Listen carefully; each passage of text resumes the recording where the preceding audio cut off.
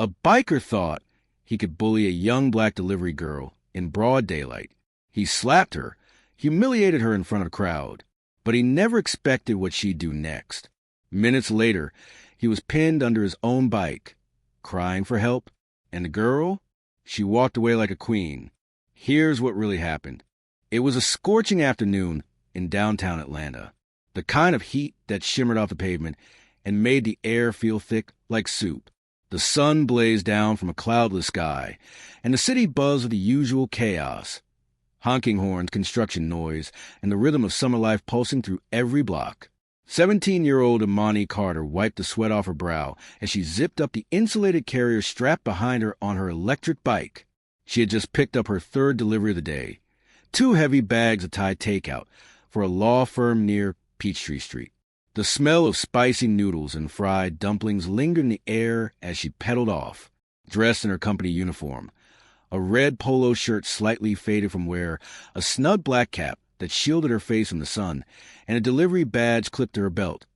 Imani moved with quiet determination. She had a system, mapped the route in her head, avoid traffic, stay polite but keep to herself. At just 17, she had already learned how the world could treat a young black girl on a bike in a city that never fully slowed down. Riding through downtown was no walk in the park. People stared. Some honked. A few whispered crude things out their car windows. She had learned to tune out, focus on delivery, the tip, and getting home before sunset. But that day was different. As she coasted down Auburn Avenue toward the intersection near Edgewood, known locally as a weekend biker meetup spot, she spied a pack of motorcycles lined up along the sidewalk. Big, loud machines. Harleys, mostly. The kind of bikes that rattled the ground when they revved. Their riders? All dressed in heavy black leather, patches on their backs, boots planted wide like they owned the concrete they sat on. Imani's stomach tightened. Still, she slowed down out of caution, scanning the road ahead like she always did. She was respectful, careful not to swerve too close or cut anyone off. One of the men spotted her. His name was Troy, a thick-set man in his late 30s with shaved head, arms like tree trunks, and mirrored sunglasses that reflected the world like cold silver glass. His beard was patchy, and a cigarette dangled from his lip as he leaned forward on his bike. He sneered as Imani approached. "Hey, little girl," he barked. "You lost? Or looking for trouble?" The group around him erupted in laughter, loud and guttural like engines starting up. Imani didn't flinch. She didn't even look at him. She had been through this too many times before. Older men testing her patience, mocking her, trying to draw a reaction. So she kept pedaling, eyes forward, delivery in hand, dignity intact. That silence, that refusal to entertain him, it triggered Troy. "Hey!" he barked again, louder this time. "You deaf or just rude?" Imani kept going.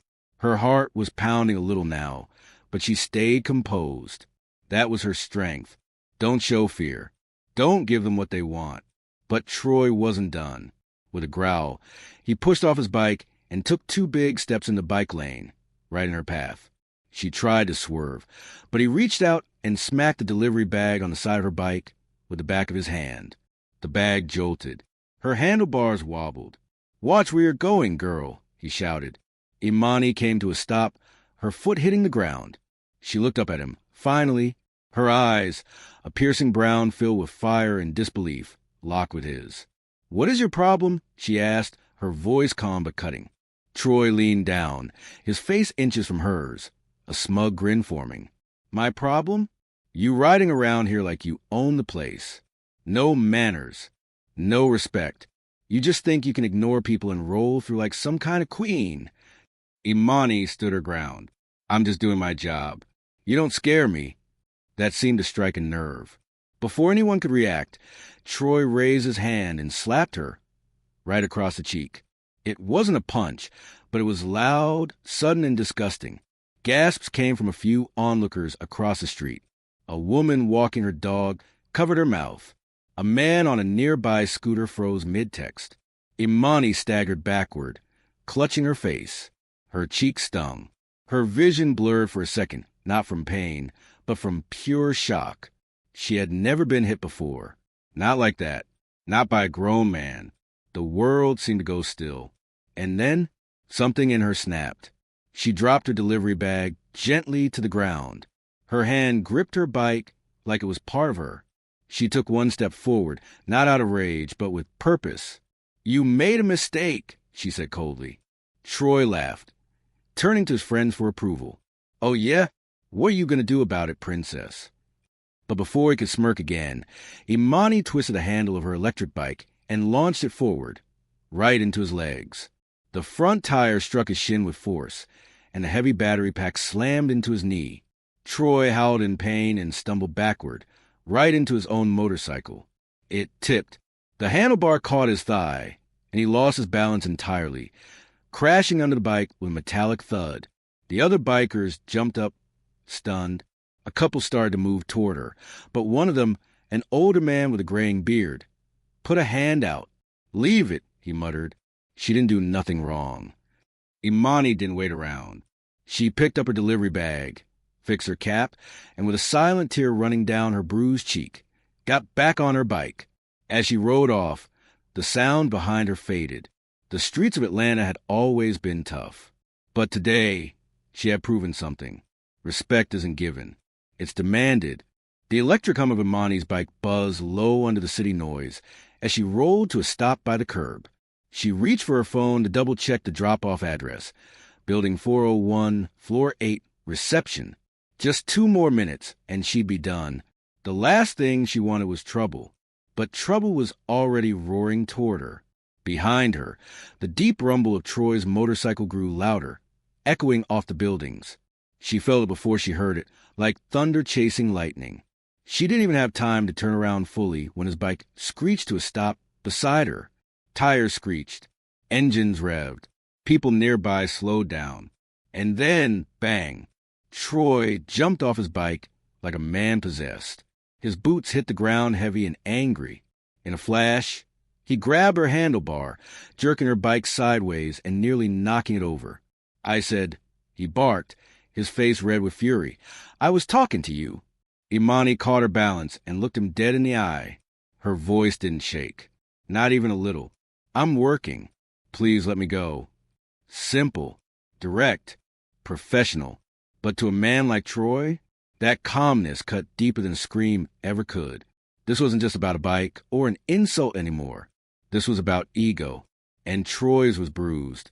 He wasn't used to women ignoring him, especially not young black women standing their ground. And Imani, she wasn't afraid of him. People were watching now. A street vendor froze mid-sale. A woman pushing a stroller crossed the street to get away. Cars slowed as drivers stared. But Troy didn't care. In one swift, disgusting motion, he slapped her. Hard. The sound cracked through the humid air like a whip. Imani's head turned sharply from a blow. Her cap flew off. The delivery bags tumbled to the ground.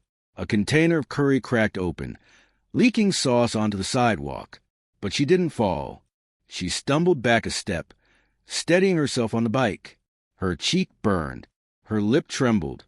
But not from pain.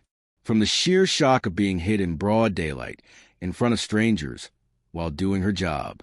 The crowd gasped. People froze in place, unsure what to do. A man reached for his phone.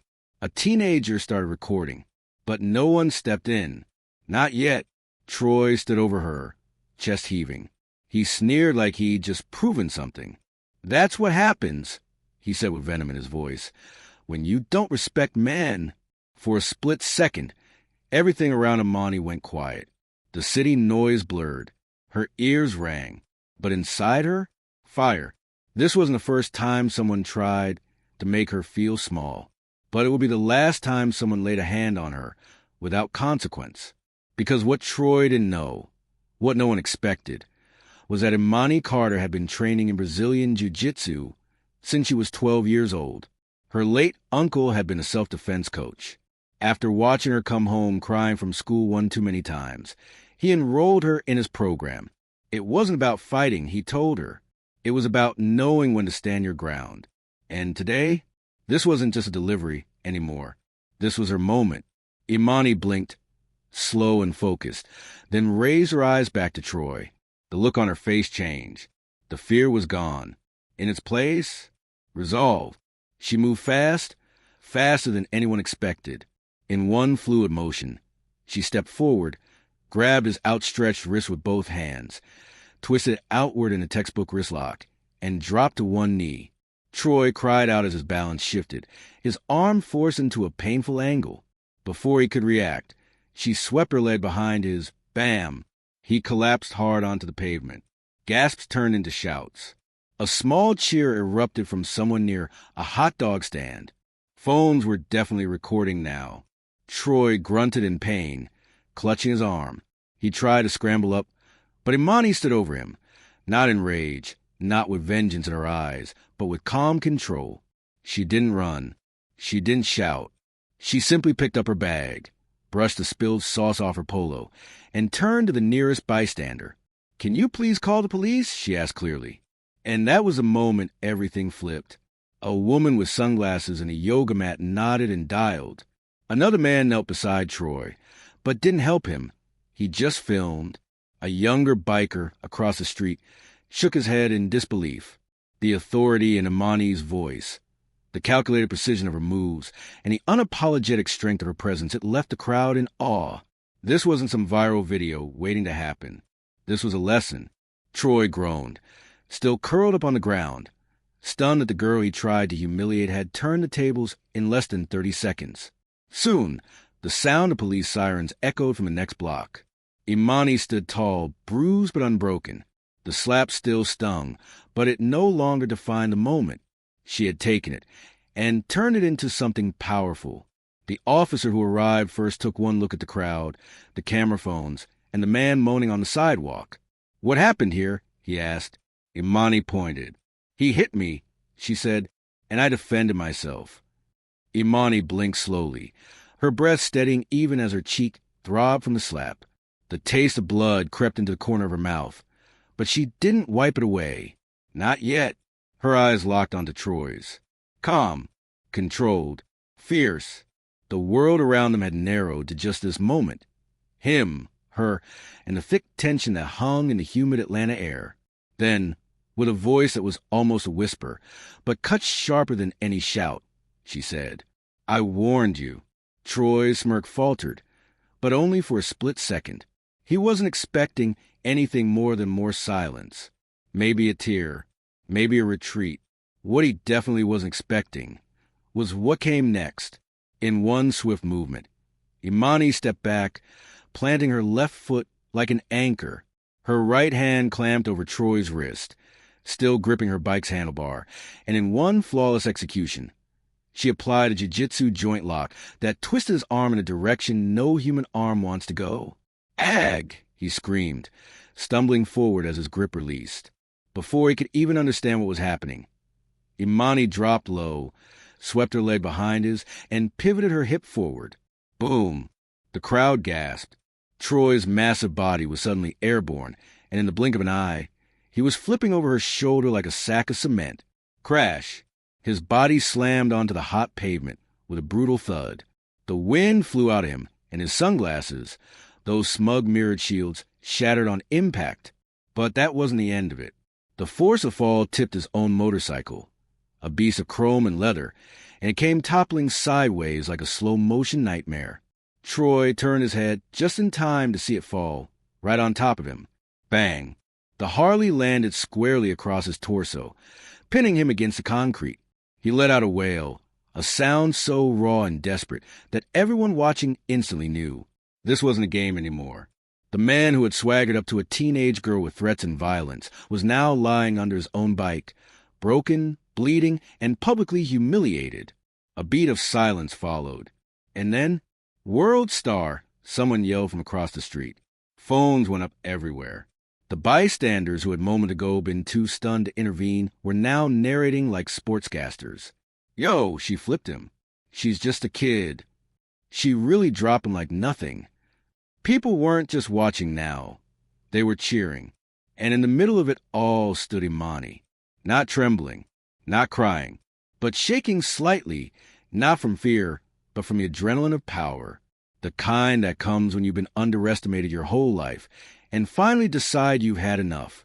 She clenched her fists at her sides for a moment, grounding herself. Her pulse was racing. Her cheeks still stung and her palms were sweaty, but her spine was straight, her chin high. She had stood up, she had fought back, and she had won. Troy, groaning beneath the weight of his own pride and machine, tried to shift his body but couldn't. His elbow was scraped open. His voice, which moments ago barked insults and entitlement, was now reduced to whimpers. Somebody help me, but no one moved. A few bikers from his crew, who had once been laughing in the background, now stood frozen. One of them, a man with a gray beard and tired eyes, muttered, "He had it coming." Another leaned against a light post and kept filming, shaking his head slowly. Imani didn't look at Troy again. He was no longer important. Instead, she stepped to the side, brushed off her red polo shirt, bent down, and picked up her delivery bag. Carefully, like it was a fragile treasure, not a bag of spilled food. The container of curry was ruined. Her uniform was stained. The timing on the drop-off, totally off schedule. And still, she had never felt more in control.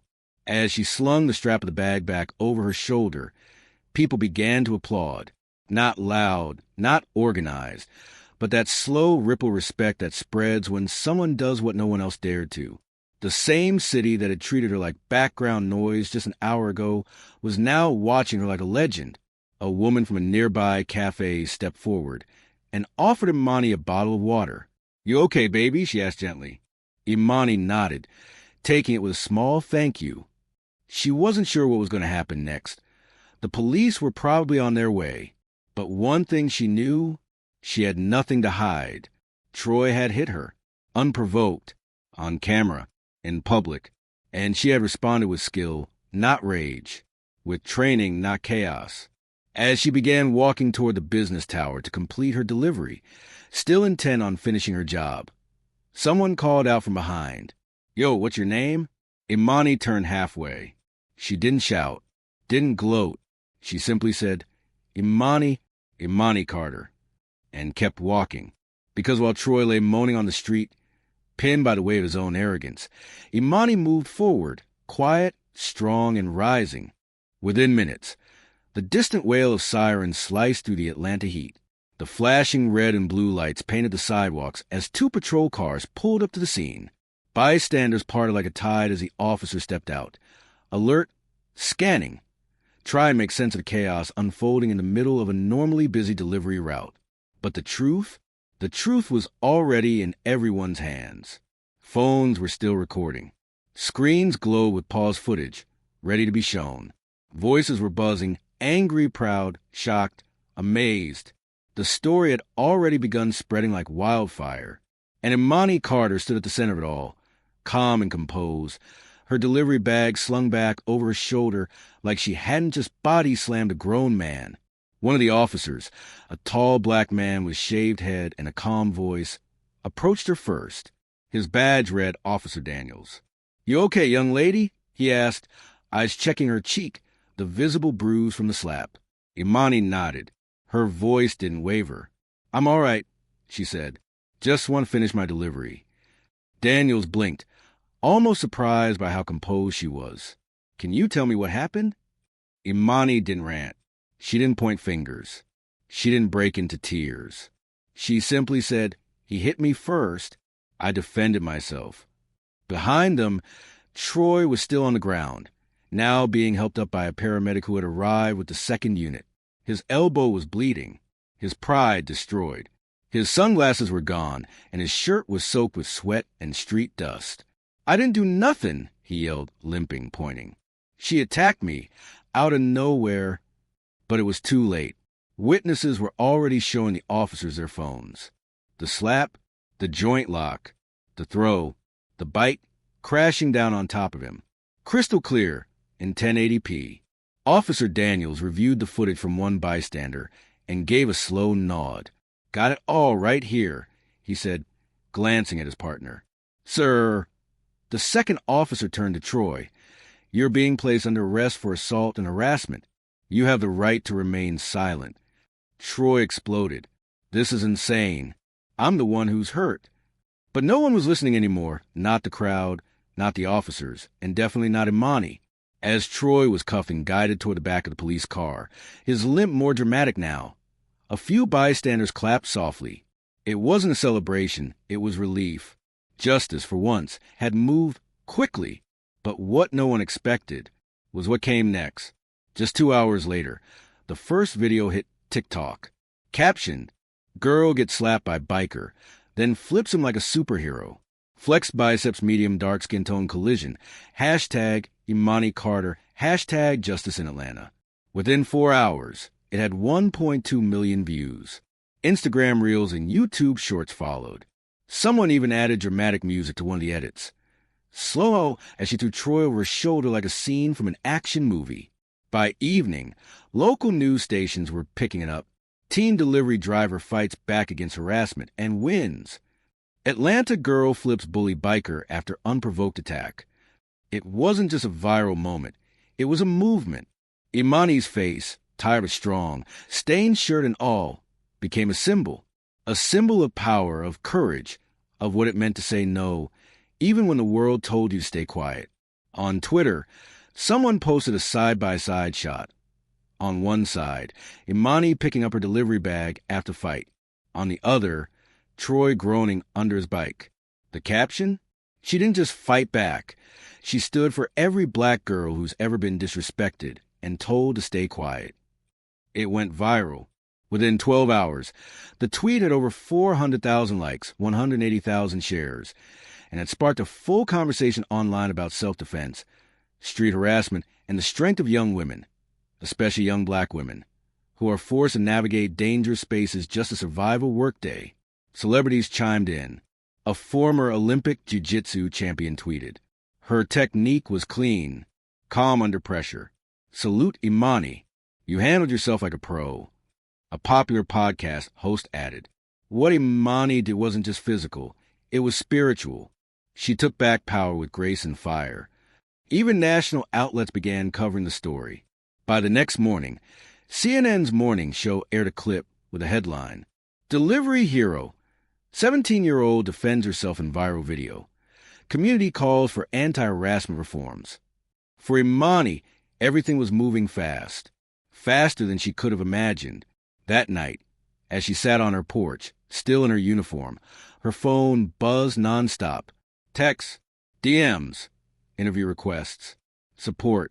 But it wasn't the attention she wanted. It was the validation. That for the first time, people were seeing what she and others like her went through. The casual disrespect, the danger, the silence. She didn't want fame. She just wanted people to know, you don't get to treat someone like they're nothing and walk away. Later that week, while walking to the local market, a woman stopped her on the sidewalk. She was older, maybe in her 50s, holding a grocery bag and tears in her eyes. "You're Imani, right?" she asked. Imani nodded slowly. "I just wanted to say thank you," the woman said. "You didn't just protect yourself. You made people like me feel seen. Like we matter." Imani didn't know what to say. She smiled, said, "Thank you," and kept walking, heart full. The story wasn't about violence. It was about a girl who had been taught to protect her peace, and did, with power, with grace, and with the kind of strength the world too often underestimates. 1 week after the incident that shook downtown Atlanta and the internet, Imani Carter stood in front of a packed room of young teens, parents, and community leaders. She wasn't wearing her delivery uniform anymore. Today, she wore a navy blue blouse, clean jeans, and a bracelet her late uncle had given her when she first began jiu-jitsu training. Her hair was pulled back, her chin lifted, not out of pride, but purpose. She wasn't there to brag. She wasn't there to relive the fight. She was there to tell the truth. The Youth Defense Program had invited her to speak at their summer gathering, a place where kids as young as 10 came to learn basic self-defense, but more importantly, to learn confidence. When Imani took the microphone, the room quieted instantly. She looked out at the young faces staring back at her, some full of awe, others of curiosity. Most had already seen the video. They had watched the flip, the fall, the moment the biker hit the pavement. Some of them probably watched it on repeat, cheering like it was a superhero movie. But Imani was quick to change the tone. "I'm not here because I'm a fighter," she began, her voice steady but soft. I'm here because I was tired of being ignored, disrespected, and underestimated. The room was silent. She told him what it felt like to be a 17-year-old black girl on a bike, dodging rude comments, being looked like a delivery robot instead of a human being. She shared how she had trained in silence for years. Not because she wanted to hurt anyone, but because she refused to feel powerless in a world that often made girls like her invisible. I didn't flip that man to look cool. I did it because he hit me, and I wasn't going to let him walk away thinking that was okay. Somewhere near the back of the room, a woman wiped a tear from her eye. A few boys in the front row sat up straighter, listening more intently than they had all morning. And then Imani smiled just a little. I didn't win because I fought. I won because I kept control. I knew who I was. I knew what I stood for. And I didn't let someone like him take that from me. That same week, Imani received a call from the mayor's office. She thought it was a joke at first. But no, it was real. They invited her to City Hall, where in a small but heartfelt ceremony, she was honored with the Civic Courage Award, an annual recognition given to citizens who show exceptional bravery and integrity in public life. Imani Carter, the mayor said, did not choose violence. She chose strength. She chose peace with power. And she reminded the city that silence is not always strength. Reporters took pictures. Her parents were there, her mom crying quietly, her dad standing tall with pride beaming from his eyes. The medal hung heavy on Imani's neck, but the weight she carried for years, the weight of being dismissed, overlooked, ignored, felt lighter that day. But the biggest surprise came later. Imani's delivery company, the one she had worked for to save up money for college, announced they were covering her full college tuition, every penny. They said they were inspired by her grace under pressure and wanted to invest in the future leader she clearly was becoming. Imani was speechless when she heard the news. College had always felt like a distant hill to climb, something she would get to eventually, but only if the tips were good and the shifts didn't burn her out first. Now, that hill had become a doorway. As for Troy, his fate was less glamorous. The video left no room for excuses. He tried to deny, minimize, twist the story, but with multiple angles, witness testimonies, and his own words captured on camera, there was no hiding. He eventually pled guilty to misdemeanor assault and harassment. His fine was steep. His reputation? Destroyed. He was fired from his job, an office position he had held for nearly a decade, and permanently banned from his biker club, whose members publicly stated they didn't stand for that kind of behavior. Once, Troy had strutted down sidewalks and revved his engine to draw attention. Now, he walked quietly, ashamed, and Imani, she never once mentioned his name again, because the story wasn't about him. It never had been. Months later, during a sit-down interview with a local journalist, Imani was asked what she hoped people took from all of this. She thought for a moment, then looked into the camera with the same fire that had defined her every move that day. To every girl, she said slowly, clearly, who's ever been told to stay silent, don't. Her words hung in the air like gospel. Learn to defend your body, your voice, your worth. Because sometimes... She paused, her eyes narrowing just slightly. The loudest message you can send is walking away while your enemy is stuck under the weight of his own actions. The clip went viral. Again. But this time, it wasn't about a throw or a takedown. It was about power without chaos. Discipline without rage. Strength with heart. Imani Carter never asked to become a symbol.